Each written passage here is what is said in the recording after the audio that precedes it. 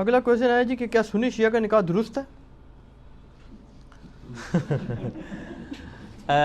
اس میں میرا سوال ہے، وہ مولانا مودودی رحمہ اللہ سے نا کسی نے، اچھا مددی گل ہے، مولانا مودودی رحمہ اللہ سے کسی نے پوچھا کہ جب کئی صحابہ نے یزید کی بیعت کر لی تھی تو حسین علیہ السلام نے بیعت کیوں نہیں کی؟ ٹھیک ہے، ان کو کیا مسئلہ تھا، وہ بھی کر لیتے۔ آئے ہائے ہائے، مودودی صاحب نے اینٹی وینم دیتا، انہوں نے کہا جب حسین نے بیعت نہیں کی تھی تو باقیوں نے کیوں کر لی؟ وارث رسول تو حسین تھا۔ میں آپ سے یہ سوال پوچھتا ہوں کہ جب حسین نے بیعت نہیں کی حضور کے بچے نے، باقیوں نے کیوں کر لی؟ میرے کو تو بعد ہی پوچھو نا کہ باقیوں نے کر لی سی تے حسین نے، میں تہنوں پوچھنا جو حسین نے بیعت نہیں کی تھی باقیوں نے کیوں کر لی؟ اے پھکی جواب ہے، کیا زبردست جواب ہے۔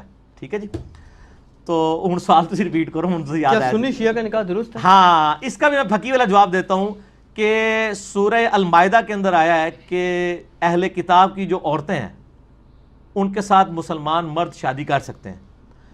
اہل کتاب یہود و نصارہ شرک بھی کرتے تھے، لیکن اللہ نے ان کو بینیفٹ آف ڈاؤٹ دیا کہ یہ پیغمبروں کے ماننے والے ہیں، اور نبی علیہ السلام کے زمانے میں بھی مشرک تھے، ان کے شرک کو ایڈریس کیا گیا۔ قرآن نے کہیں یہ نہیں کہا جو شرک نہ کرتا ہو یہودی اور عیسائی اس سے کر لو، نہ، بت پرست کے ساتھ منع کیا، اور جو اہل کتاب مشرک ہے اس کے ساتھ اجازت دے دی، اور اجماع امت ہے، کسی کا بھی انکار نہیں ہے۔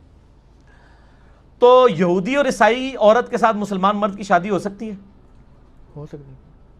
تو میں اگلا سوال پوچھتا ہوں کسی سنی سے کہ اگر یہودی اور عیسائی کی عورت جو تمہارے نبی کو وہ کہتے ہیں کاپی رائٹس کا مقدمہ کریں گے، اس نے جھوٹا پیغمبری کا دعویٰ کیا ہے، نعوذ باللہ، جو نبی علیہ السلام کے گستاخ ہیں ان کی عورتوں کے ساتھ تو شادی ہو رہی ہے، اور نہ صرف گستاخ ہیں بلکہ ان کو نبی مانتے ہی نہیں ہیں، تو شیعہ کیا نبی علیہ السلام کو نہیں مانتے؟ محمد اور آل محمد کہتے ہیں۔ آپ تو ہر بزرگ بابے کے آگے جھکے ہوئے ہوتے ہیں، وہ تو اہل بیت سے باہر ہی نہیں جاتے ہیں، وہ کہتے ہیں محمد اور آل محمد۔ تو اگر ہم دنیا میں انٹرنیشنل عدالت میں مقدمہ پیش کریں کہ ایک عورت وہ ہے جو نبی علیہ السلام کو نعوذ باللہ جھوٹا پیغمبر مانتی ہے، نعوذ باللہ، اور وہ آپ پہ ایمان ہی نہیں لاتی ہے، اور حضرت عیسیٰ کو بھی اللہ کا بیٹا مانتی ہے، اس سے تو اسلام زیادہ دیر ہے نکاح کرنے کی، اور دوسری طرف ایک شیعہ ہے جن کے بارے میں آپ کا موقف یہ ہے کہ وہ کسی صحابہ کو انہوں نے برا بھلا کہہ دیا۔ اور مجھے مولانا اسحاق صاحب کی بات یاد آ گئی، وہ فرمایا کرتے تھے کہ جی اسلام سے نکالنے کے لیے اسی چیز کا انکار ضروری ہے جو اسلام میں آنے کے لیے اقرار کیا جاتا ہے۔ اسلام میں آنے کے لیے ابو بکر و عمر کا کلمہ پڑھایا جاتا ہے، یا عثمان و علی کا، یا نبی علیہ السلام کا۔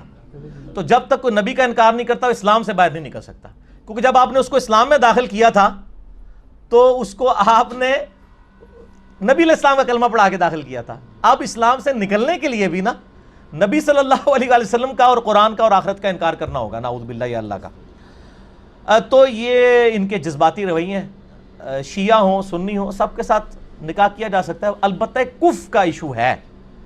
میں تو اگلی بات کرتا ہوں، میں سنیوں سے پوچھتا ہوں کیا کوئی بریلوی اپنی بچی کسی اہل حدیث یا دیوبندی کو دے گا؟ تو وہ تو شیعہ نہیں ہے، وہ تو سنیوں کے آف شوٹ ہیں۔ سر یہ سوال بدلیں سنی شیعہ کا انکاح، اس سوال کو یہ کریں کہ بریلوی کی لڑکی کا دیوبندی کے لڑکے کے ساتھ ہو سکتا ہے، تو کہیں گے نہیں، دیوبندی کی لڑکی کا بریلوی، وہ آپس ہی نہیں کرتے، تسی ایڈے بڑے فرق ہی پہنچ گئے ہو، انہوں نے تو یہی مت نہیں ہے، بلکہ یہ آتی اور مماتی کا نکاح نہیں ہوتا دیوبندیوں میں آپس میں۔ رائے ونڈ سے فتویٰ نکلا ہوا ہے، باقاعدہ مفتی کی کال چڑھی ہوئی ہے یوٹیوب پہ، تبلیغی جماعت والوں نے کال کیا جی ہمیں فتویٰ دیں، یہاں پہ ایک مماتی دیوبندی عالم دین ہے، اس کے پیچھے نماز پڑھیں، ان کا بدعتی ہے، اس کے پیچھے نماز نہیں ہوگی، تو بچی کا نکاح کہاں سے دیں گے؟ دیوبندی آپس میں نہیں ایک دوسرے سے نکاح کر سکتے میرے بھائی۔ ڈاکٹر طاہر قادری صاحب کے ماننے والوں کی بچی کا الیاس قادری صاحب کے ماننے والوں کے بچے سے نکاح نہیں ہو سکتا میرے بھائی۔ نقشبندیہ کا چشتیہ کے ساتھ نہیں ہو سکتا، وہ قوالی کے قائل ہیں، وہ قائل نہیں ہے۔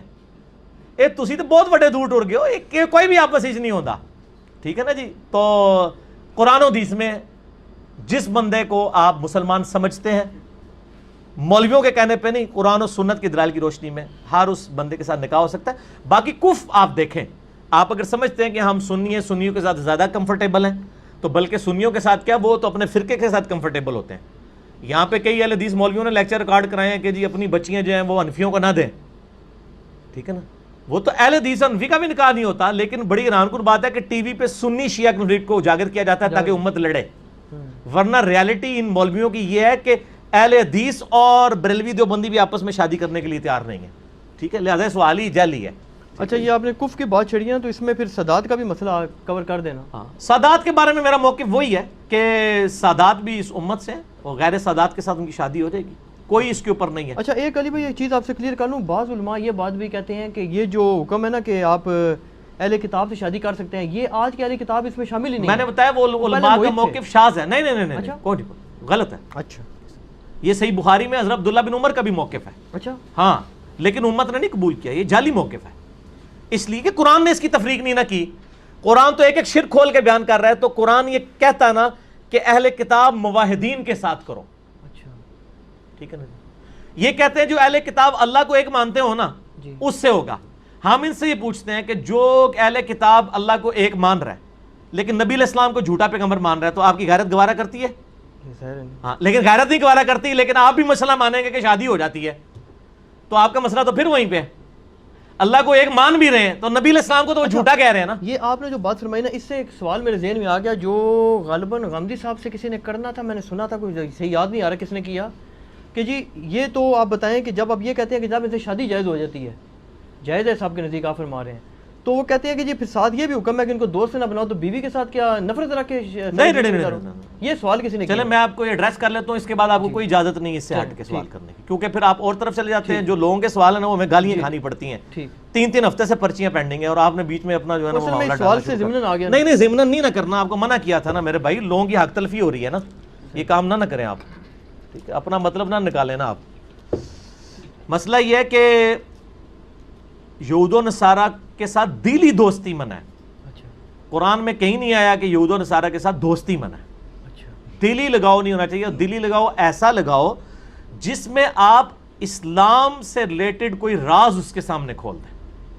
اور یہاں تو لوگ بیویوں سے تنخواہیں چھپائے بیٹھے ہوئے ہیں, مسلمان بیویوں سے, وہ تو کسی نے نہیں پوچھا کہ تنخواہیں کیوں چھپائی ہوئی ہیں.